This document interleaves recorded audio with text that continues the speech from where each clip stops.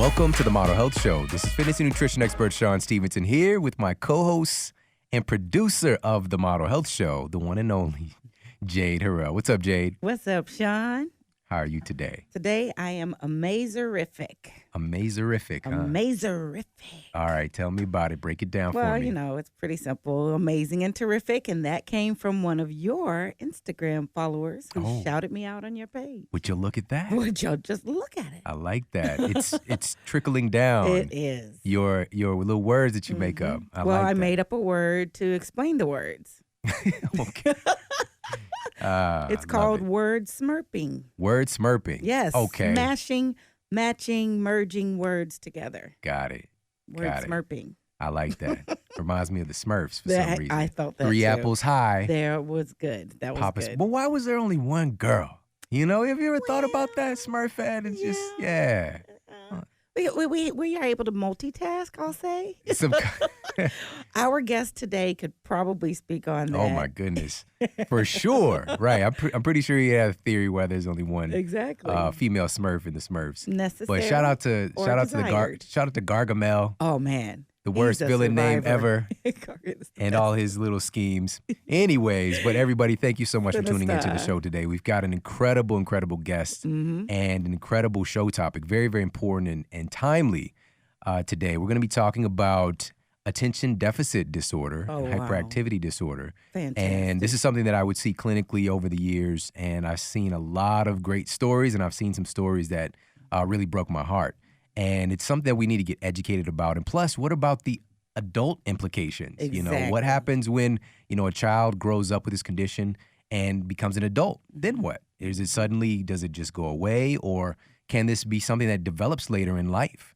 And so we're going to talk about all that good stuff. And of course, focus on solutions, real, tangible, actionable things that you can utilize for the people that you care about. For sure. But before we do, I want to give a quick shout out to our show sponsor, Organifi. Yummy, yummy. Head over to organifi.com/model for 20% off their incredible green juice supplement, which I have right here in my hand. Yes. This is something I use every day, and I, of course, travel with this. When I went to the Philippines, I was just talking to our guests about that. Of course, I brought along their Go Packs as well. Oh, which I have right here, too. What a Product coincidence. placement. But the reason that I love it is that it's whole food based and it's cold processed to retain the actual nutrients that they say you're going to get in it. It keeps it in the food. And one of the highlight compounds in the product is going to be spirulina, which we have 70% protein by weight. The highest protein food, gram for gram, in the world. Complete protein. And also, there's a study that was done recently that found that spirulina aids in something called stem cell genesis. So this literally helps to create more stem cells. And what do stem cells do? They basically become every cell that you need. Else, yeah. And specifically, it's a compound called phycocyanin that's found exclusively. It's one of the exclusive things you're going to find this in spirulina, right? And then we've, of course, got a great source of magnesium, which we talk about how important that is all the time. Yes. That's just one of the goodies that's in there. It also has moringa, chlorella, ashwagandha. Head over there, check them out. And this is super easy, something you can add into your smoothies, give to your kids. My sons have it all the time. So Organifi.com/model for 20% off. Now let's get to the iTunes review of the week. This one is great. I thought I knew it all. 5 stars. Mr. T.A. Unorganized. I grew up around medical professionals and was a college athlete. I thought I knew it all when it came to health and nutrition. In the last 5 years, I've watched myself get incredibly out of shape, despite trying my best with traditional diet and weight loss programs. I started listening to this podcast and have implemented what I've learned one step at a time. I started with sleeping smarter. Then I focused on nutrition rather than calories. I started spending more time with family and lowering stress. Finally, I stopped running and started doing high-intensity interval training 4 days a week, even just for 5 minutes. My energy is better than ever. I am more focused at work, less stressed, and I am seeing better results than any diet or workout program I have ever done. It has truly changed my life, and I couldn't be more thankful. I love that so much. There are so many layers of goodness in that. Thank you so much for leaving that review for us over on iTunes. And everybody, thank you for leaving us these reviews on iTunes. It means a lot. Make sure you're subscribed to the show if you're listening on iTunes. Hit the subscribe button, all right? Or whether if you're listening on SoundCloud, iHeartRadio, big shout out to everybody on the different platforms. Make sure you're subscribed so you don't miss a thing. Absolutely. Now let's get to our special guest and our topic of the day. Our guest today is one of our all-time favorite guests, the one and only John Gray. John Gray is the author of the most well-known and trusted relationship book of all time, Men Are From Mars, Women Are From Venus. In hardcover, it was the #1 best-selling book of the 90s. All right, the entire 90s. Decade, right? Do you remember the 90s? Yes, I do. Remember, what was it, Death Row Records? I did all that. The Chronic. Shout out to Dr. Dre. Yeah. And shout out to his book, dominating that decade. Dr. Gray's books are translated into approximately 45 languages in more than 100 countries and continues to be a bestseller. And Dr. Gray has written over 20 books, and his many books, blogs, and free online workshops at marsvenus.com provide practical insights to improve relationships at all stages of life and love. And he's an advocate of health and optimal brain function. And he also provides natural solutions for overcoming depression, anxiety, and stress to support increased energy, libido, hormone balance. And he also talks about very important subjects like ADHD and also sleep quality, which we're mutually big fans of. He's appeared on Oprah many times, as well as the Dr. Oz Show, Today, CBS This Morning, Good Morning America, and many others. And he's been profiled in Time, Forbes, USA Today, and People Magazine. And John Gray lives in Northern California with his wife, Bonnie, and they have been married happily for 30 years. That. They have 3 grown daughters and 4 grandchildren. And I'd like to welcome back to the Model Health Show one of our all-time favorite guests, the one and only John Gray. How you doing today, John? Shawn, doing great. Thanks so much for having me back on the show. Enjoy it so much. Oh, it is so my pleasure. We just talking before the show. You just got back from a much-deserved vacation. You've got the glow going on right now. I do. Fantastic. Costa Rica. It was really fun. Costa Rica. Yes. So awesome. I love that. And so make sure, guys, if you are listening to the show, you can head over to YouTube and check out the video of the podcast as well. See how great he's looking. So, John, your last episode went bananas, right? So we've had around 200,000 people listen to that episode already, and it just really shifted the paradigm for a lot of people. But another subject that you're passionate about is the subject of ADHD. So can you share what inspired you to get focused on ADHD yourself and how it impacted you personally? Well, about 16 years ago, I'm 65, so when I turned 50, around that time, I was diagnosed with Parkinson's disease. And basically, once you start taking the medication for Parkinson's disease, it's a downhill slope. You have to keep taking more and more. And so I studied it and found the natural solutions for it. More and more doctors are using these natural solutions, and they're actually done studies on it on PubMed. So it's real documented. You don't have to do the drugs. There's natural solutions. But in terms of that, before figuring out the natural solution, I did a lot of research into how the brain works and how we interact and so forth. And then once I cured my Parkinson's, what it did is it creating optimal brain function, providing the extra nutrition my brain was missing. Something else happened. It's like I came back and my brain was even better than before I was diagnosed with Parkinson's. And the difference is, we could say now in common terms, I had ADHD my whole life and it went away. That was the dramatic thing. And so the same remedy in an easier form that heals Parkinson's actually corrects attention deficit disorder and its many variations. So that's how I got into it. Got it. Yeah. And you highlighted in the book the fact that this is something that's not just in somebody's head as far as like just a thought process. This is actually physically difference in the brain when we're talking about ADHD. Yeah, it's a biological change that occurs for a variety of reasons. In my own life, in second grade, I had a major concussion where I fell out of a tree. I'm kind of a daredevil. Fell out of a 2-story tree head first, and with my arms above me, and actually the bones broke, they were sticking out of my arms, and they buffered my fall head first.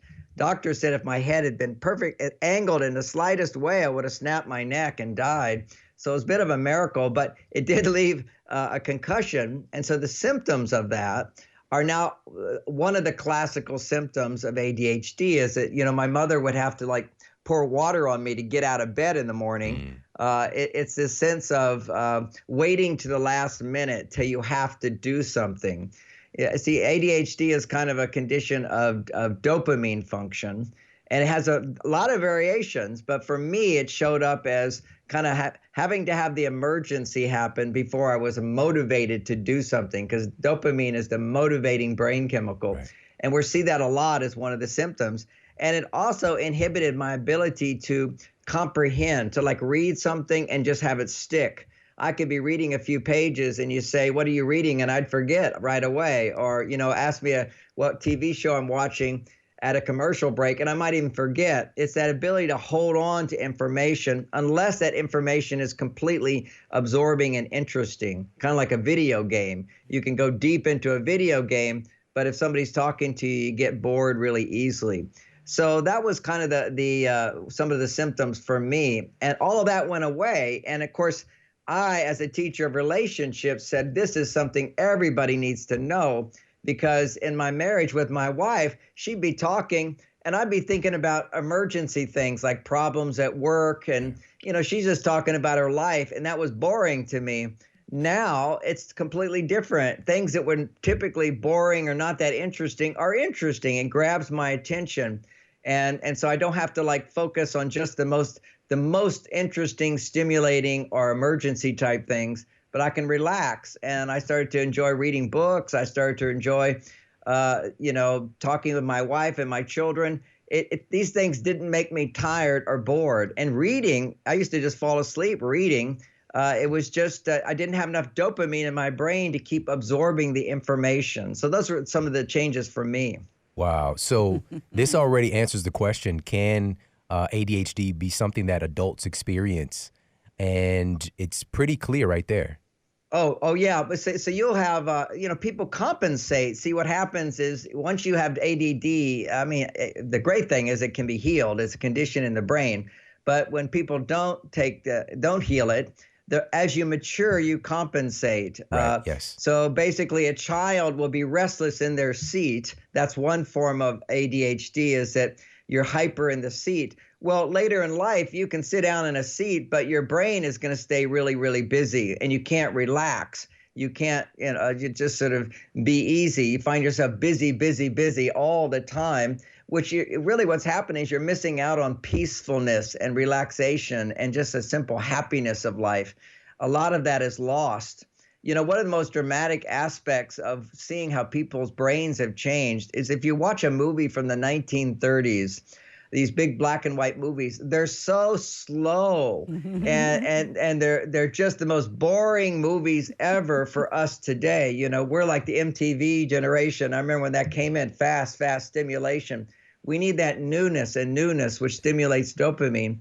And this has a devastating effect on our relationships because we get bored with our partners too quickly. So we're seeing in the younger generation, they're losing that passion and interest with each other. And that's a symptom of this ADD condition. It shows up a lot for women as a sense of overwhelm, which is they go from one thing to another thing to another thing. Their brain can't settle down. So they're overwhelmed. I still have to do this, or I have to do that, and I have to do that. And that raises their stress levels. Whereas for men, it causes them kind of to lose their motivation and interest. And then they're more vulnerable to addiction or to playing video games, for example, or online porn. These are high dopamine stimulators that give you pleasure. But the problem with it is when you experience these high dopamine stimulators, like cocaine, for example, it changes the brain. This is all measurable, and it desensitizes the dopamine neurons in the brain. That means that you need higher stimulation to feel pleasure and motivation and interest, as opposed to normal stimulation. And normal stimulation is just being with people, talking with them, going for a walk in nature, reading a nice book, doing your work. All that stuff becomes kind of boring. Now, for children, the way it shows up is it used to be that the most motivating factor for a child was to please the parent.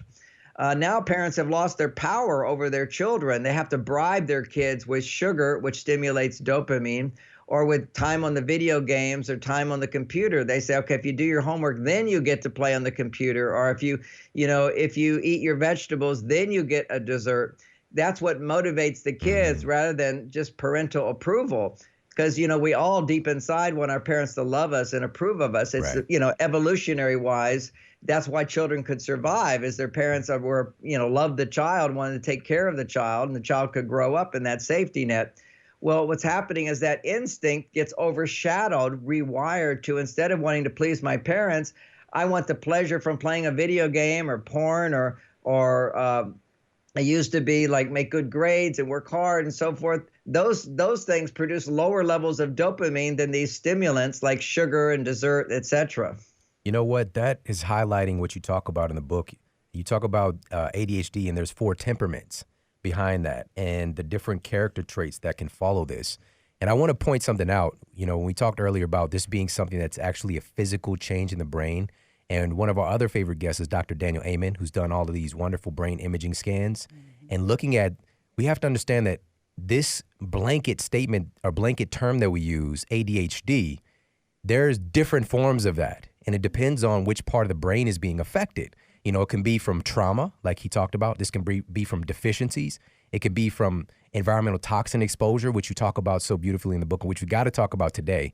But I want to circle back to, in our adult lives, and we see, and I could, like, when you mentioned some of this stuff, it's like, well, that makes sense. When you talked about how people lose interest so much faster today in their partner, and we see the rates of divorce, and we see this increase, and you put some of the statistics in the book with more people being single later on in life, just because of, partially not being able to focus on one person and being able to grow and develop in that relationship because that drive to do so because of dopamine isn't even there, right? So it's so fascinating that you talked about that. I think it's just as an introduction to ADD for people. You said it so beautifully, by the way, just so concisely, Shawn. Good job. Thank you. The first step would be understanding that ADHD is kind of a malfunction of dopamine in the brain. And dopamine is a brain chemical that's always, when you're feeling pleasure, dopamine is being produced. When you're focused, when you're interested, or when you're motivated. And so if you have low dopamine function, for example, it shows up differently for 4 different temperaments. And Daniel Amen talks about how those are seen in the brain. What I talk about is psychologically. You'll see in children, there's always a blend of these 4 temperaments, one being dominant, another being secondary, and so forth. And that shows up in adults as well. And so the temperaments are the active temperaments. So when they're experiencing this inhibited dopamine function, they become hyperactive, restless. They can't just sort of relax. That's one temperament. They're more goal-driven, they're more active people anyway, but you add ADHD to it, they become hyperactive. So that's the idea here, is imbalance is just a hyper state of activity, which can lead to high blood pressure and heart disease and all those kinds of problems. Also, as later in life, it leads to lack of interest in sex, actually, which is why so many men are taking Viagra. That's another function of literally ADHD, is for the hyperactive types. They tend to be a bit more goal-oriented and emergency-oriented, so to speak. And then you get the more the type that I am is what would be typically called ADHD distracted type. And that was the original ADD. These are kids sitting in classrooms who are falling asleep with boredom, daydreaming, and just whatever they were hearing just wasn't interesting enough. That was pretty much me. I'd fall asleep in every class unless it was mathematics. And that was something where I could really feel challenged. When you're challenged and you feel you have an ability, that dopamine comes forth and to give you interest and motivation. So that the distracted types, that's going to be your entertainers, your creative ones. It's the writers, it's the artists, it's the and we can be a little crazy in our lives too, because we want new. We want everything to be new and different and exciting. And if we have ADD, we become hyper distracted. And so what that means is our hyper creative, but we have to depend on new things, and we get bored very easily. We're also very vulnerable to drug addiction because we just love to have fun and to party and to enjoy ourselves. But if we can, that's that hyper state, as opposed to doing it in a more balanced way where we're making choices that are good for our body, good for our relationships, good for our life, But boredom is the big problem for that type. Is when they have ADHD, distracted type, they get bored too easily and they can't finish things. So you'll see the stories of great artists and so forth often had ADHD. It doesn't mean you can't be a high performer in life, but your life is rather chaotic, disorganized. You lose stuff. This is all the distracted type. You know, where are my keys? Where are my glasses? You know, where did I put those papers? I can't file them. You know, your great artists would wait to the last minute, you know, and they go through an emotional turmoil and then finally they finish. But it's really some people, they like to start things, but they don't finish things. Okay. So that's another ADHD. That's a distracted type. Then you get this. Jade's covering her face your up. face over there. We love to say, I'm going to take on all these new things. And whoa, wait a second. You know, You don't say. You don't say. That's two types. And those are the most commonly known types. But actually, the same condition in the brain of ADHD, of these inhibited dopamine function, for some people is hypersensitive. The hypersensitive types, okay, they give and they give, and they often feel so hurt that people don't give back to them. They don't understand, you know, other people are not as giving and loving and nurturing, and they easily get hurt. Their feelings are on their sleeves.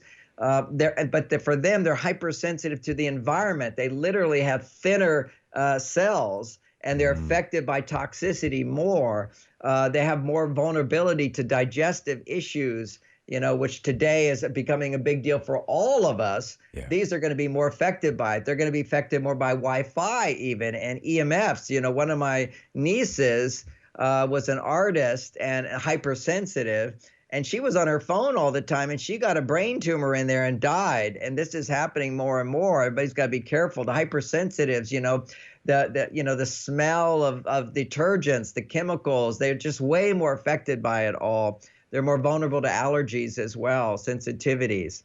And then you shift to the fourth one, which is these are the perfectionists, okay? They're hyper-perfectionists. Nothing is ever good enough for them. They are really compromised in marriage because nothing satisfies them. They're high achievers. Everything has to be perfect and organized. They want order. They want structure. Everything has to be clean and nice. And we call that compulsive, OCD. Actually, OCD, obsessive compulsive disorder, is simply another form of the same condition, but with a different temperament of the more controller. They're great managers, they're great controllers, but often nothing is ever good enough. And that's really tough in a marriage when you're giving your partner the message, nothing is good enough. Yeah. We have to remember love is saying you're good enough the way you are, and I appreciate you and love you, and I don't have to change you. They always want to improve everything, fix everything, nothing's enough. So again, there's nothing wrong with that temperament. It's just when it becomes hyper, that's when the big problems come in. Oh my goodness, this is so powerful. And you detailed these different 4 temperaments in the book. So I highly encourage people to check out that section, because I'm sure some people are hearing their qualities. You know, Jade even covered her face at one point. But also I want to take a step back and look at what's going on for kids, because you said something that was really powerful, and I'm very passionate about this subject, that in school, when you got into the particular class, you know, when you're talking about math, for example, that's when you got focused. You know, it was a trigger for you. And so and I love this quote, and here's a quote. This is from Albert Einstein, and in talking about our education system. And the quote says, "Everybody is a genius, but if you judge a fish by its ability to climb a tree, it will live its whole life believing that it is stupid." And so, love that quote. Wow. Yeah. And so our system is structured in such a way that we are not paying attention or highlighting or cultivating the talents, the gifts, the capacities of the individual person. You know, it's so cookie cutter. It's so, and we've talked about this before, and there are changes that are in flux right now that are happening. But, you know, as we know in the education system, it takes years for things to actually change. And so today, more than ever, we need to be more empowered in how we're caring for our children and being aware of these things, because it's not just on their own responsibility of them going to school and focusing on a class. Right. We can drug them to do that, or, you know, we can force them. Or they could just be somebody who's naturally acclimated to that. But is that really highlighting their own gifts and talents, right? And so with that said, I want to talk about some of the potential issues here when we have a child who's not focusing, even though, again, if he had something that was more up his alley, this would be effective. But there are changes in the brain that need to happen, which we'll come back to. But I want to share this from your book. It says, medicating this condition with drugs is not the answer. Researchers at the Brookhaven National Laboratory published a study showing that the use of stimulant drugs to treat ADHD changes the brain, making the disorder even worse. Dopamine, which we've been talking about, dopamine function in the brain is inhibited by 24%. That's why we have to continue taking more drugs, stronger doses, and once the child is no longer able to take those drugs, you see this radical increase in incidence in using things like cocaine and other stronger forms of medication to try to basically medicate themselves. Oh, you're doing such a brilliant job helping people understand this. And if you'll excuse me for a moment, I have to go back. I just got chills through my body as you're talking about the quote from Einstein. Okay, it's such a passion inside of my life for people to understand that quote in such great detail. It's such a horrible thing that a child goes through school and he's having to measure himself based upon being good at everything. I wanted so much as a little boy growing up to make straight A's and never made straight A's because I wasn't good at everything. And, I'm now seen as kind of like a huge best-selling author. Guru, and very, very celebrity, superstar. And yes. I'm only good at a few things, and I got to be, right. My self-esteem is so great, but never got to be good at everything, and nobody's good at everything. Right. And so we always feel like, oh, I'm not good enough about that. I should be better at that and that. And there's not that awareness that you pointed out of that we all have our strengths, and to be measured by one particular thing that some children are good at, then you're always feeling less than them. And I was never good at those kind of things. I found my thing I'm good at, and that's what education should do, is to nurture that. And it doesn't. We shouldn't be graded on everything. My practical solution, because you have to have some practical things along with this besides the philosophy of loving a child and bringing forth their gifts and finding the challenges that can bring forth who they are.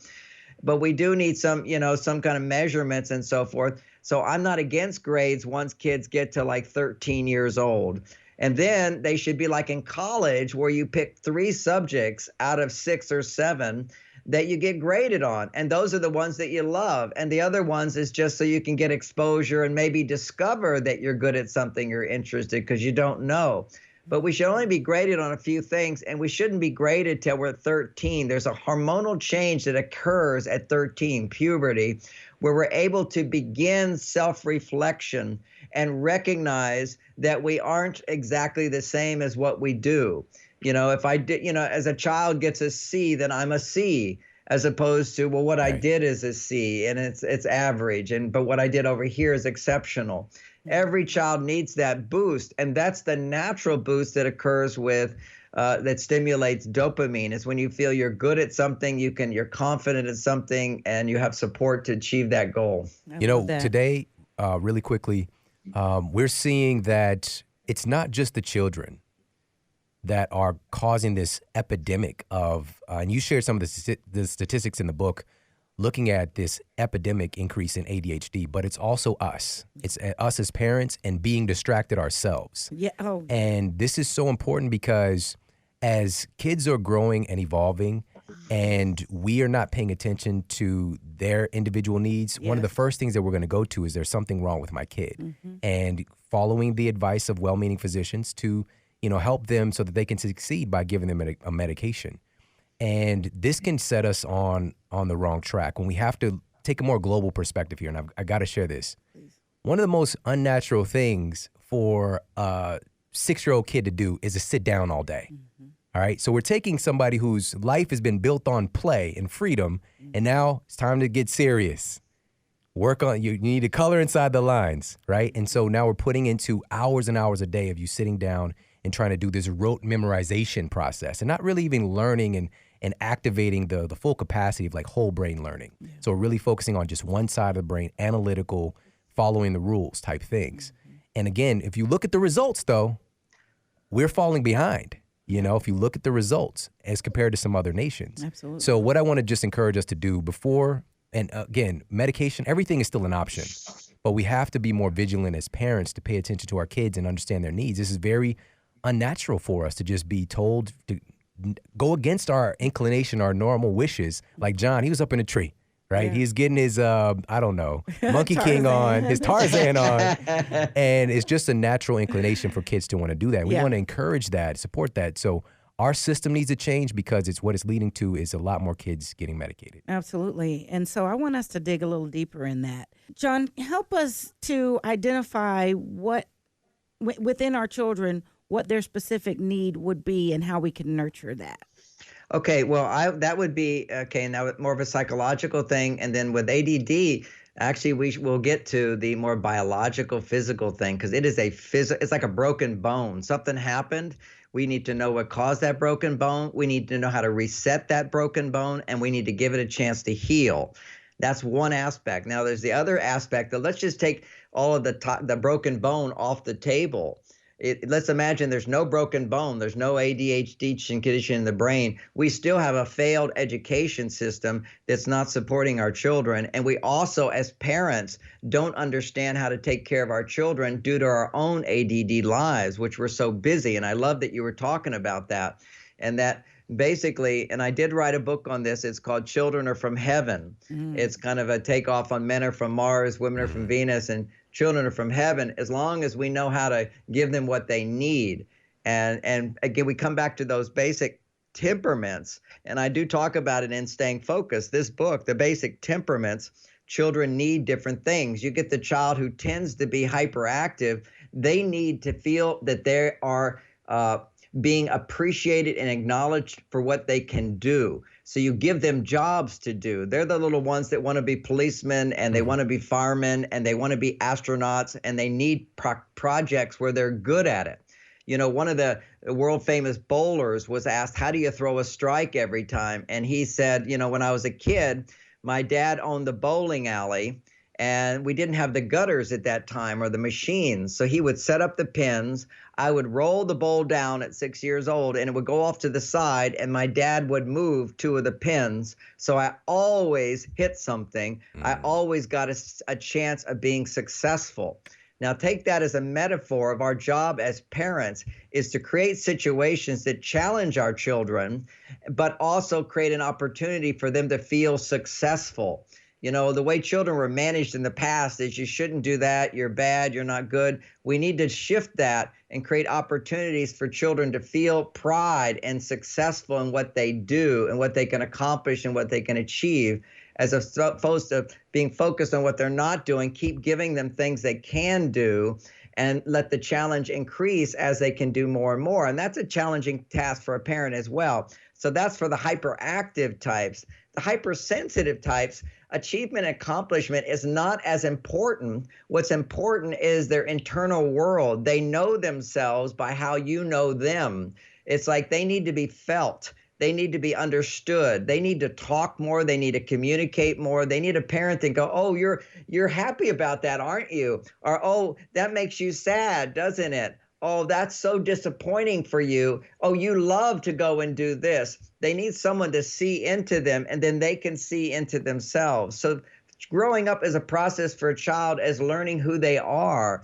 What am I good at for the active temperament? For the sensitive temperament, what do I feel? What do I like? What do I enjoy? What do I not like? What hurts inside? So they need more attention to what they're feeling inside. Then you need the creative types, okay? What we need is lots of stimulation of new and different things. Okay, so you take this child here, you have an opportunity here, you give them a lot of things to start, because they love to start new things and they don't get shamed for not finishing things. They really need to learn about who they are by what they're interested in, what they're good at. And if they get the forgiveness for being a little disorganized, a little messy or whatever, you're not expecting them to be like the finisher. You're expecting them to enjoy themselves, to have fun. And that's how they learn who they are, is by what they're interested in, what motivates them, and what things will become boring, but other things will become more interested and they'll stick with it. But they need, they don't need a parent who says, go clean your room up all by yourself. And they're just going to look at it and they don't know how to do it. This is a child that gets punished for being messy or disorganized. They need you to do it with them. They need help in doing those things and realize that they're not like this fourth child who finishes everything. They're the little organized child. They like security. They like routine. And that fourth child, they really need lots of sleep, even more sleep. The other one can stay up late and kind of be excited. But there's another child who needs everything routine, regularity. You can't say to them, we're going to go to have dinner early tonight. If you do, you have to give it lots of, say, tonight's going to be a little different. We're going to do it differently because that's how we do it. We don't do it the same every time. They need preparation for change. They're not good at change. They need regular food. They need regular sleep. They need routine. And of course, always they need warnings for things so that they're not pushed beyond their limits. So children have different needs. And if we can learn to embrace those needs, and one of the challenges of parenting is that if your child is a different temperament from you, you don't instinctively understand what nurturing that child needs. And that's often considered to be the problem child, okay? Whereas the other children, they're just shining because those children happen to be the same temperament as the parent. And so the parent instinctively responds to those children the way they need. But children need these different types of love to give them permission to be themselves. So ultimately it comes to unconditional love, and it comes to being fully accountable as a parent. Okay, now if I'm driving a car and I let go of the steering wheel and now the car crashes into the wall, is it the car's fault or is it because I let go of the steering wheel? What I feel for parents is all the way up to basically around 12 years old, 13 years old, you're the parent, you're in control, you're holding the steering wheel. And when that car hits the wall, whose fault is it? It's not the child's. The child is still developing the brain power to learn things. They can mimic things, they can copy things, but they can't begin to originate things. And that fully doesn't develop until they're 28 years old. So the brain is still developing all this time. So one of the hardest things for children is shaming them, disapproving of them, being disappointed with them, that something's wrong with them, that they should be better.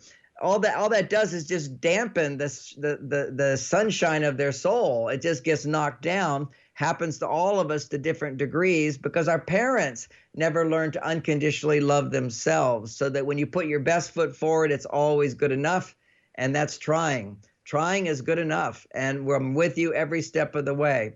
So that's a little pep talk for parents. Oh, man. This is a mic drop moment right there. Because you described my entire house. I have one of each of those.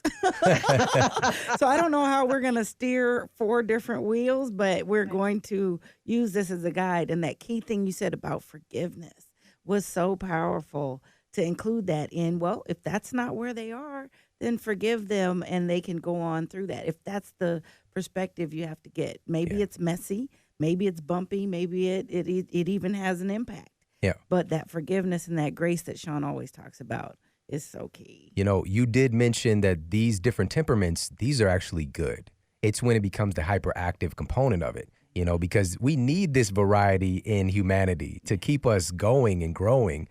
And you can hear that. You're like, oh, some of those things sound really good. But then it's when it becomes the hyperactive facet of that. And so one of the underlying components of this, which you highlight in the book, is oxidative stress, right? Oxidative stress. So can we talk a little bit about that? Okay, now it's going to be a little scientific for a moment, but I'm going to simplify it. These are terms that people are familiar with. Oxidative stress, most people have never heard.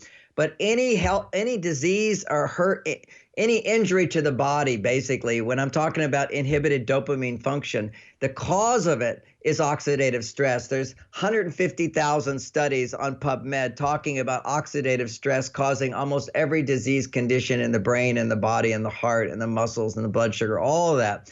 But it's so universal that people kind of go, okay, well, oxidative stress is always there. So let's understand what oxidative stress is, because it's not something people commonly know at all. Maybe 3% of the population's even heard the term oxidative stress. So here's what oxidative stress does, or what creates it. It causes degeneration of brain cells, okay? So you actually get less brain cells, you get less brain function due to oxidative stress. So it's just a word right now, but let's make sense of it. We've all heard the idea of free radicals. Free radicals it basically get produced from making energy. Whenever you're making energy, or if you have heavy metals or toxicity in your body, even more free radicals get produced. And these free radicals have a function in the body, and it's beneficial function. It causes inflammation. If you get a hurt, then free radicals will produce this pain, basically, this expansion to bring more blood flow to that area to heal the condition. So free radicals have a role. Every time your body makes energy, it makes free radicals. And then it also makes something called antioxidants. Now, antioxidants, we all hear in vegetables and blueberries and our foods, antioxidants in your it is such in the natural foods that you can eat. And berries are really good at antioxidants. These things have been proven, for example, to prevent cancer, just blueberries every day, or at least reduce your risk of it. So we have antioxidants and we have free radicals. These are the scientific terms. And both of them are really good. When you have free radicals, antioxidant comes in and neutralizes that free radical, and now you have a healthy cell. But if you have a free radical without an antioxidant, then that free radical goes to a cell and damages it, and that damaged cell then goes to another cell and damages that, and that damaged cell goes to another cell and damages that, and it goes on forever. And that's a cascading effect of too many free radicals and not enough antioxidants. And that cascading effect, that's oxidative stress. Literally, it's like a fire that's destroying parts of your body. And that's why we have chronic pain. That's why we have chronic conditions. The body can't heal itself if it doesn't have enough antioxidants to neutralize or marry those free radicals. So that's the idea of oxidative stress. And that's what toxicity does in our lives. That's what having too much sugar in our lives does. When you eat sugar, you're producing a lot of free radicals, but not enough antioxidants. And the problem with drugs is that particularly Tylenol, or the ingredient in Tylenol is called acetaminophen. Acetaminophen suppresses your body's ability to make antioxidants. I'll just say that again. These painkillers and fever suppressors go to the liver and suppress the production of a very important molecule called glutathione, which is your body's super antioxidant. A super antioxidant to neutralize those free radicals, to keep your skin looking beautiful, for anti-aging, to keep youthfulness, but more importantly, to put out the fires of oxidative stress. And so glutathione, if you just this molecule glutathione that many drugs will suppress, Lipitor, the one that they give for cholesterol, suppresses glutathione. Tylenol, the ingredient acetaminophen, it's in most of your painkillers. Unfortunately, it's in 500 products now over the market. It's the second biggest drug in the world, and it inhibits your body's ability to put out oxidative stress in the brain. And people have to understand this now. Because they think they're helping their children. When a child has a fever, they think, I have to suppress the fever.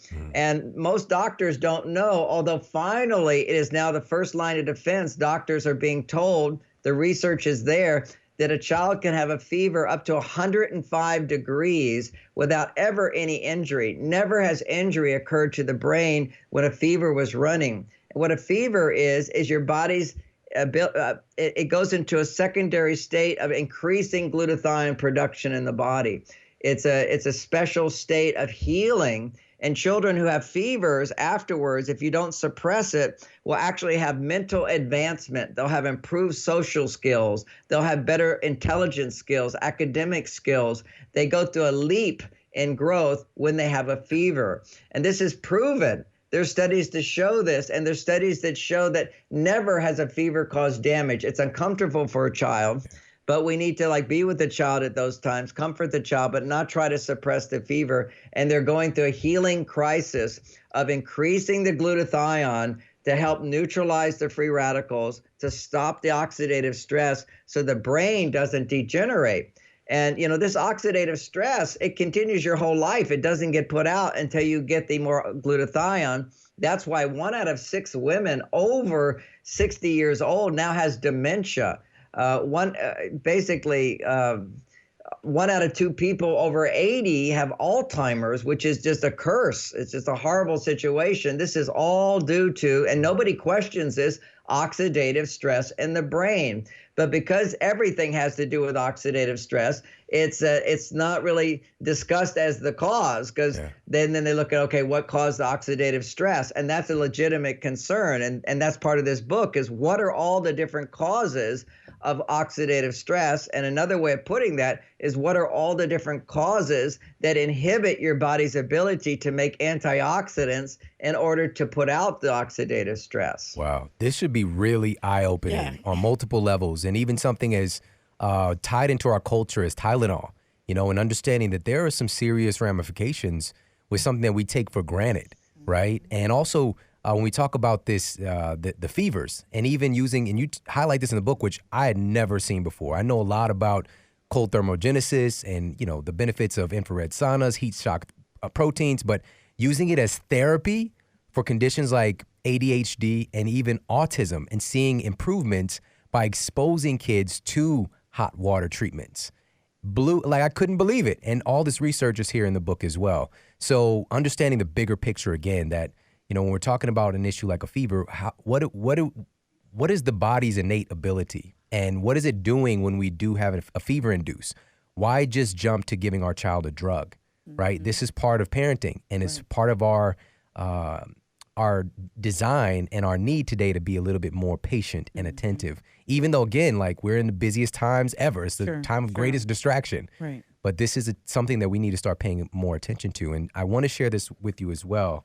And this is highlighted in the book. We talk about all the great stuff you mentioned with antioxidants and how important this is. There was a study that was done. This is in his book. One group of children with ADHD were given stimulant drugs like Ritalin or Adderall, and another group was given a combination of vitamin C and something called OPCs. And in the short-term benefit in both groups were exactly the same. All right, exactly the same, except the group that was treated with the natural supplements had no side effects. And the OPCs help to activate the antioxidant benefit of vitamin C and vitamin E by 50 times, right? And so these are things that are here, staying focused in a hyper world inside the book. It's key everybody's going to go, what's an OPC? Because they're wonderful. It's there's the most common one that's easily available and rather inexpensive is something called grapeseed extract. It's the extract of grape seeds. And what's interesting, in my younger years when I was teaching in Europe, I was having dinner with a German princess. And so you're kind of like wanting to be very formal and everything at a castle and all that.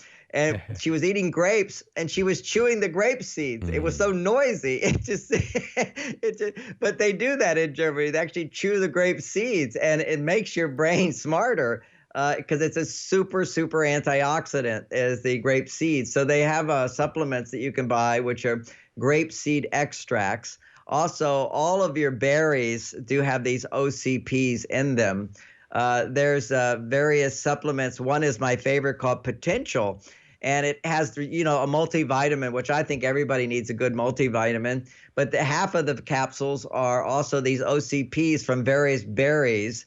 Proanthins is another name for them, and they're amazing. And so there's a school on the East Coast, and I mentioned the name of the school and everything in the book and the study. And now for 11 years, every day they give children 2 of these chewables. And what they found from year 1 is that this was one of the least performing schools, and they became now in some categories the highest performing public school on the East Coast. Yeah. And and they continue to give these children just 2 chewables, and that's called Potential, which has vitamin C and all the other vitamins, which are good, but it needs to be combined with these proanthins, and people don't realize that. So you could do a study on vitamin C alone, you wouldn't see that result. You need to get the proanthins, because in nature, where you have a berry or an orange or whatever, where it has the vitamin C, there'd also be the proanthins, which help to work together just as in nature. But you're getting much more than you would get from a bowl of berries when you get these concentrated extracts of proanthins. And that's grapeseed extract is a simple one, along with vitamin C, is for many children will immediately improve their focus. And even today, sometimes when I've noticed not really comprehending as much and I'm kind of spacing out more, I'll just go take some vitamin C and about 500 milligrams of vitamin C and 250 milligrams of grapeseed extract. And I noticed the difference. I mean, it's amazing. Yeah, so powerful. And you know what's so different today that, again, we need to bring our attention back to, that our world is very different. When's the last time you even seen a grape seed?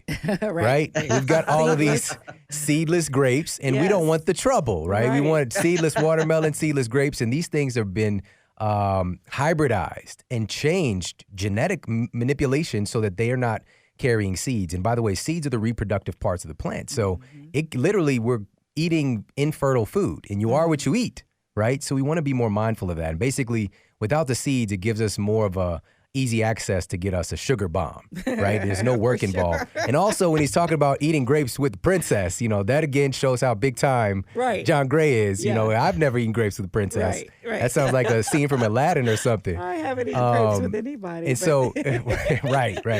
And so another thing that you highlighted in the book was the necessity for exercise. And this goes back to taking a child who's inherently excited about life and movement, and play, such a big part of that. And then we say sit down all day, and we're taking gym away as well. But you talk about how exercise is important for reversing these symptoms of ADHD. Yeah. So typically, depending upon how much your muscle mass to fat ratio, exercise, and that's a genetic thing. We all have a natural, we're unique. My nose is so long, my hair, everything, everybody has their own unique genetic type. And you can look at the ratio of your muscle mass to your fat, okay? And that nobody's overweight to begin with. So, but some people just have more fat cells. Some people have more muscle cells. And that was really important, just that, knowing that. Because as a kid growing up, my older brother, Tommy, he had a different body type. And we would go to the gym and work out, and he would get all these big muscles, and I'm like, what about me? It's like it didn't work as much for me. So it wasn't literally, I wasn't born with the genes to have those muscle types. And so typically it has to do with the wideness of your shoulders, particularly has a lot to do, and the thinness of your waist. So the mesomorph body type is the term for it. Sort of Superman, big shoulders and thin little waist. And for women, more the hourglass shape. That body type typically needs more exercise, but all body types need exercise. But some need more than others. And the ones that need more than others are the children who sitting in a classroom are just going to become hyperactive. They really need that physical movement every hour or so. They need to get out, and 5 minutes of walking and running and playing would be great for kids. And some schools are doing that now, recognizing the value of that. All children could benefit from it, but some really, really need it. And what I've explained is what nobody else has explained this clearly that I've seen is we see that in the body, there's two stress reactions. There's moderate stress reaction, which is adrenaline. That means that you're challenged. There's a bit of an emergency. You need to do something. And if you don't use your muscles at that time, then your adrenaline will turn into cortisol. And cortisol is the stress hormone that then takes the blood flow away from the front part of the brain, and we can't think. We can't comprehend. And in relationships, we can't communicate. Sometimes for women and men, I tell them, look, if you start to argue, you've got to stop because you're already in adrenaline, and it's going to turn into cortisol. Once cortisol gets produced, blood flow stops to the front part of the brain, and you have no capacity to experience empathy or another point of view or to learn something new. You cannot learn something new when you're in a cortisol state. And these boys, particularly boys, but also can be girls too, who are not physically moving enough, what happens is they can't comprehend anything new. They can't learn because they're in a stress state, and they need to get out and throw a ball. You can take a child who's anxious and upset and just have them throw a ball back and forth, and that will calm them down. That's what, parents need to realize, and school teachers, of course. We need to get our children active. Sitting in front of a video game and sitting in front of an iPad, sitting in front of a computer screen is really just sort of symptomatically relieving the tension that's being caused in the body by elevated cortisol levels, they really can't learn anything new. All they can do is be conditioned by whatever they're doing. So you can get better and better at a game, a conditioned response, but you don't get better at anything else in your life. You don't actually open your mind to new ideas, to think on your own. None of that can develop when you're passively experiencing activity. You actually have to go out and physically move your body. And there's research I talked about in the book which showed that even if you were to play piano, a new song, and learn some just simple thing on a piano for I think a few hours, you can measure the brain growth. There's nothing more powerful for brain growth than physical movement. Actually grows parts of the brain. And without that physical movement, the brain doesn't fully develop. So you got physical brain development, but even worse than that is being challenged by some problem, how do I solve this? Or I didn't do my homework, or I'm not good at this, or teacher's expecting something of me. And so you're feeling a little anxious in the classroom. That is, a little anxious is adrenaline. And if you don't now use up that adrenaline through physical activity, using your muscles will actually use up the adrenaline. If the adrenaline stays in your body long, then you get the bad guys, the cortisol. And the cortisol is basically, it inhibits digestion, it inhibits blood flow, increases high blood pressure. But most importantly, cortisol prevents blood flow from going to the front part of the brain, whereas children can learn something new, and as adults where we actually hear another point of view, which is why communication breaks down in relationships, because we don't have, our cortisol levels are elevated. And that's a whole nother subject of my most recent book, Beyond Mars and Venus, is how our lifestyle is throwing our hormones out of balance, which then also that can cause cortisol being produced in the brain. Amazing. This is so important, and I really hope that everybody's taking this in, because things that we like, exercise is a great example of this. We see it as this one thing culturally, which is I need to exercise so I don't get fat, basically. Right. Or I need to exercise so that I can, maybe, get a flat belly, six pack. It's very physical related, and not understanding exercise creates some dramatic and powerful changes in your brain. And we did an entire episode on the many benefits of exercise outside of that physical component of you looking sexier, which we'll put in the show notes. But this is one of the most important things, and being able to fuel your brain and all the different neurochemicals that are produced, the different hormonal cascade. Like he talked about a negative potential hormonal cascade. There are positive potential hormonal cascades as well that can be utilized by simply getting in some smart exercise. So, but I want to shift gears here. And the last thing I want to talk about, because there's so much here with you, period, but also in the book, is how diet is connected with this. We talk about this term elimination diets, which you highlight in the book, and how pulling out certain culprits can be transformative for a child who's struggling with, or an adult, by the way, with ADHD. So let's talk about that. Well, yeah, I mean, it's becoming rather common knowledge today, but how it applies to ADD is, the gluten in bread is very, very hard to digest. And when you get an undigestible substance, it interferes with brain function. More and more, we're learning that gut health is the precursor to brain health. Yeah. In the last year, even, it's not even in this book, some new research shows that for every neuron in your brain, there's 9 different microbes that develop in your gut. That's why fermented foods are so important, because fermented foods have these microbes. Probiotics is what they're called. And you can take probiotics, you can make fermented drinks. They're becoming more popular today. They're very, very good for the gut. And then it crosses the blood-brain barrier from the gut, and they actually help the brain to heal itself. They protect the brain from oxidative stress and so forth. And so what we want to look at is foods that are indigestible and foods that are toxic actually interfere with our digestive process, so that if you can't digest your food, you can't get what's called amino acid peptides, which are precursors to making brain chemicals. And that, again, causes the ADHD, is not being able to digest your food. And let me say again, for that child in a classroom who's falling behind or feeling really tired and sleepy because they're not fully awake, cortisol is being produced in that child. And cortisol, one of its functions, because it's a stress reaction, it basically shuts down digestion. It says, there's a bear chasing me. I've got to use all my energy to get out of here. Shut down digestion. I'm about to be digested. That becomes the priority to fight or flight.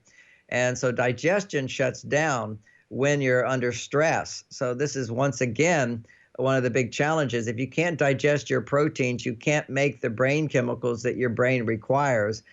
Gluten will interfere with that process. And so that's in bread. And where did that come from? Just so people can know, because bread used to be the staple of life. I mean, this is a great thing. All their B vitamins and fiber. It's just a great food. Eat good, wholesome bread with a meal. But it turns out that in 1992, secretly, the farmers and the big scale farming, what they did is they started putting GMOs into the soil to kill the bugs in the soil, and grew the plants in this soil. The plant itself, the wheat, wasn't GMO, but what they did is use GMO to clean the wheat and then to put it into the soil so there weren't any bugs. So they would just kill all the bugs.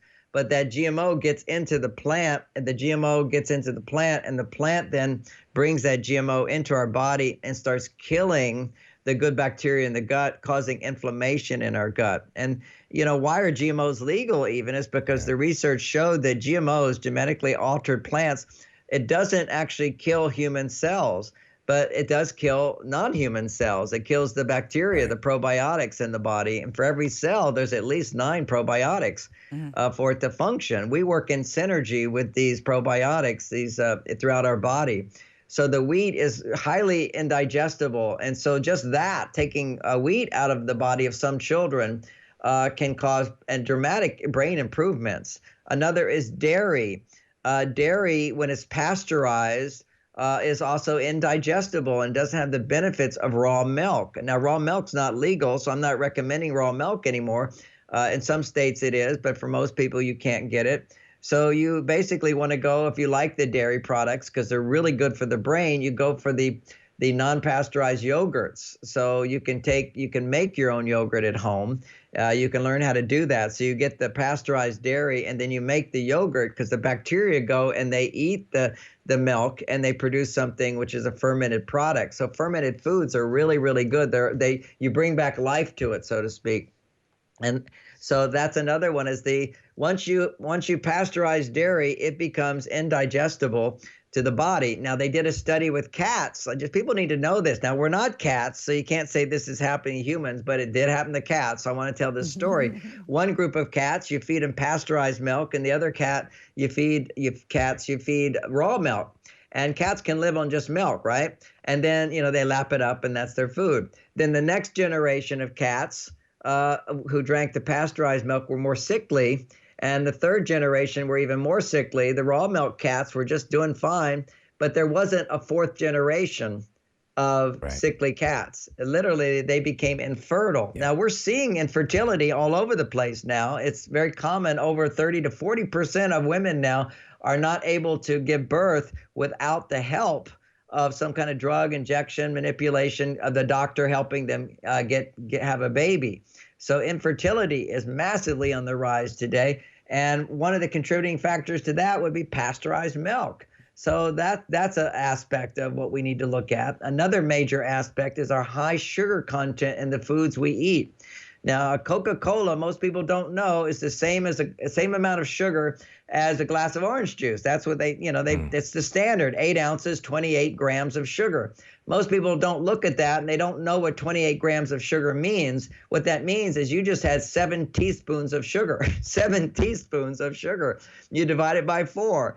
And you get one of these frappuccinos, you're taking like 30 teaspoons of sugar. Right. And what that does, that creates the diabetes that we're experiencing today. And, Diabetes Association says sugar does not cause diabetes, because it doesn't. It's 7 teaspoons every time you drink something that causes it. Right. It's how much you take.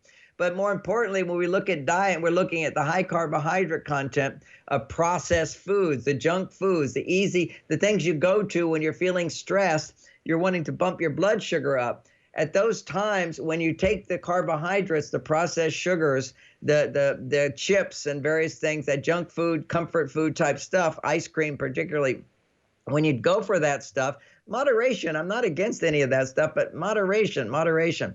When you have the high blood sugar spike, that inhibits something we talked about earlier in the show, which is your body's ability to make antioxidants. So that's one of the major causes of brain disease today is this high blood sugar problem that we're having. We're craving sweets. Because when the blood sugar goes up, the glutathione production in the body goes down, the oxidative stress increases. So this is something, if we just get used to going for a week without any junk food, you'll find you don't crave it so much. You won't want it, but you got to use some discipline there to back off from it. John, thank you. This is phenomenal. And these are just a few of the things that he covers in the book and, of course, on his website as well. Because if we're moving towards helping our children and helping ourselves to get past this condition, which is becoming, again, an epidemic. It highlights one of the statistics in the book. We're talking about 1 in 10, 1 in 9 kids right now. These are the ones that are diagnosed. Exactly. All right. We're not even talking about the ones who are not diagnosed, who are experiencing a lot of struggle in school. And these are the solutions here. It's not giving a Band-Aid treatment, take this drug and see what happens, right? And to the degree, again, we have to see more and more drugs, stronger doses, and that generally does not turn out well. But because we care as parents, we want the kid to be able to just show up and get through school. But we're not thinking about what can happen long term. And that's what we need to start doing. So this is phenomenal. John, can you let everybody know where they can find the book and where they can get connected with you online as well? Okay, well, you can go to Amazon. It's only a few dollars for this book. It's Staying Focused in a Hyper World. You can also order the download of it. It's pretty easy to get, Staying Focused in a Hyper World. You can go to marsvenus.com. Some of these things we talked about, the grapeseed extract, I do have there. But more importantly, it's like a little health food store. I have a 10-minute video on everything you'd find in a health food store that's good for you, explaining why that might be helpful for you. I really like that. But if you can give me 2 more minutes, I want to mention 2 practical things. Would that be okay? Absolutely. Please do. Let's go. Okay. I want everybody to know the cheapest and simplest way to create some dramatic improvement, and that is the hot bath. And I actually show the research behind this, and you briefly mentioned it with the heat shock proteins that get produced. But it's your body's protection mechanism to put out oxidative stress, is to induce fever. And that would be the infrared saunas.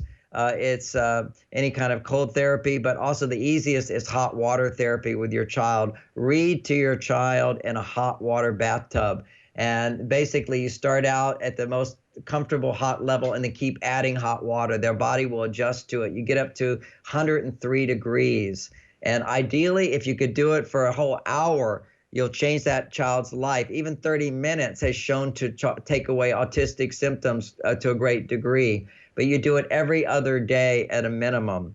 And it produces these heat shock proteins that put out the fires of oxidative stress. And you do that every other day for any kind of ADD type symptom, autistic symptom. There's nothing better. This is one of the oldest remedies on the planet, is you go to these spas. Now the spas either have what's called sulfur springs or lithium springs. Sulfur and lithium are the 2 most powerful minerals necessary for brain health and for body health. Sulfur more for the body health and lithium more for the brain health. These are springs that are thousands of years old. People have gone to them for healing over and over. So the main thing with ADHD and with sulfur will detoxify the body. Now, we didn't mention all the toxicity, but even living near a freeway, basically cadmium comes off of the tires, and as they're going on the highway, this heavy metal goes into the brain, and you can put that metal in a petri dish and you can watch the oxidative stress. Over 24 hours, you lose all the connective tissue and the neurons finally die. So this is the heavy metal toxicity. It's happening in the world today. You can't avoid it, but you can help your body get rid of those heavy metals and taking what's a very cheap supplement, and it's called MSM. It's a sulfur. Now, it used to be the sulfur was in our food, but with farming practices, we don't have sulfur in the food that our body needs to detoxify. Now, it's very powerful, and it's very inexpensive, MSM.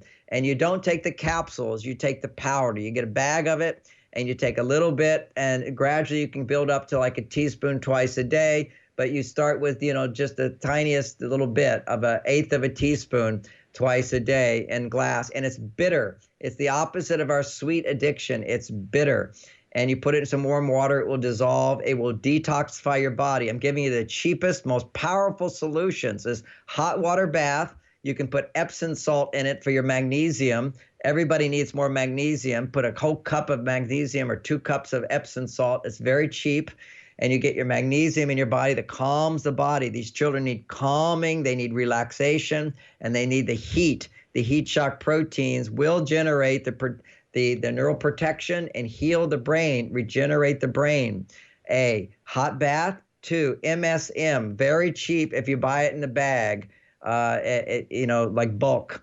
And then the third is lithium. Now, lithium is the cheapest supplement online, and it is the most powerful of any of them for your brain. You will notice benefits in days. For a child, they'll calm down if they're hyperactive. They become more relaxed, more focused, more agreeable. It allows the brain to regulate itself properly. When you eat sugar, the reason we need lithium supplementation is called low-dose lithium. Lithium orotate. And so what psychiatrists prescribe lithium carbonate. It's a whole different substance. They give you 50 to 100 times the dose of lithium carbonate for people who have psychosis, schizophrenia, depression, and it helps them. But nobody should take it because it has side effects because you're giving 50 to 100 times the dose. This is low-dose lithium. I explain the instructions of how to use it at my website, at the store, or if you go into lithium. There's many, many naturopathic doctors who've discovered this. You'll never hear about it in the media. You'll never hear about it publicized because it's the cheapest substance you can buy. A 3-month supply for $11 or $10. Basically, it's no profit, no marketing, no advertising, no research to show how great it is. New York Times articles have said everybody needs to be taking 1 or 2 milligrams of low-dose lithium every day. Buck Foundation says it will stop Alzheimer's disease. It's a major foundation that studies Alzheimer's disease. This is like such a simple solution. And my friends who raise money for these big drugs, I say, why don't you just teach this? And they go, well, we can't patent it. We can't make money on it. So you can't pay for it. So people need to know, every mother needs to know, and your psychiatrist and your doctor does not know about this. That's what you have to do. You have to find your own research. It's over the counter. You can buy it for $10. You take this little tiny capsule. It's just what should be in your food, and it's not there. And when we're under stress, when we're having ADHD type symptoms, when our blood sugar is high, we use up the lithium faster. And that's why we run out of it. So 2.5 milligrams bonded to a lot of uric acid, which is a substance in mother's milk, delivers that lithium into the brain. So you don't need much of it. And it's not toxic in no way, and that's why it's over the counter. So I just want people to know the word lithium orotate, do a little research on Google, and also MSM, do a little research on Google, and you'll find amazing remedies for your children's condition to help them improve optimal brain function. John I'm so Gray, grateful. Dr. Oh, John gosh. Gray, you are a gift on the planet. Yes. Thank you so much for sharing this incredible information today and for putting so much time, energy, and effort into just creating all the great works that you have. I mean, you've got 20 books. Probably you got some more sneaking up on us soon here as well. But we just truly, truly do appreciate your gift. So thank you so much. Love you. We love you as well, John. Thank you. Everybody, thank you so much for tuning into the show today. I hope you got a lot of value out of this. This is something that you definitely need to share with friends and family so that they have access to more options. And that's what it's really about, is having more options. Because our conventional treatment for chronic illnesses is failing. And we know this if you just look at the numbers. And what John has compiled here are things that are backed up by clinical data, right, that you might not have heard of before, and just even looking at how combining a couple of phytonutrients together along with vitamin C can equal the same effectiveness as Adderall, right? Who knew But, well, Oh my John gosh. knew. John knew. And now we do. And so these Thank kind of you. things are what's available for us. You know, it's just, again, having more options to add to your superhero utility belt. There's definitely a place for drugs, but we don't want to jump there first because these are things these are created in a laboratory. You can't patent nature. That's what he talked about earlier, but you can make a drug. But these are new inventions. Humans have not been consuming these things for very long, so we still don't know the long-term ramifications. So please understand, I want to highlight something really quickly. He talked about MSM, methylsulfonomethane, one of my favorite things in the world. Yep. And we'll put a link to it. I did an article on all the different benefits because he mentioned some of the physical aspects as well, so that's important. There's a lithium spring here in Missouri. It's literally the city is Lithium, Missouri.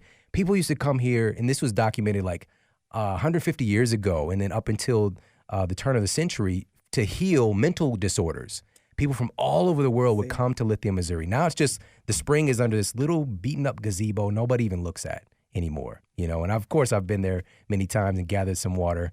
So just keep in mind, like some of this stuff has been around a long time, but now today our modern science is just using our scientific method to prove it. And lastly, I want to share this. In his book, he mentions the FDA lists over 33 double-blind clinical trials demonstrating that artificial food colors are related to ADHD and other childhood-related behavior problems. And specific elimination diet has been found to be effective 50% of the time for children who are struggling with ADHD. So the food that we're giving our kids matters. We need to cut it out with the fake food. Yeah. Period. End of story. Absolutely. And then, again, blaming the child for their behavior. You know, like this is literally hopping our kids up on drugs when we're giving them these crazy sugar-loaded products and artificial foods, artificial flavors. We've got to just cut that out. And we did a great show with Vani Hari, the food babe, who's like the assassin out there going after food companies. We'll put that in the show notes as well. But make sure to pick up a copy of John's book. And of course, Men Are From Mars, Women Are From Venus. That's a must-have. Classic to add to your repertoire as well. So thank you so much for tuning into the show today. I appreciate you immensely. Much, much more great stuff to come. Have an amazing day, and I'll talk with you soon.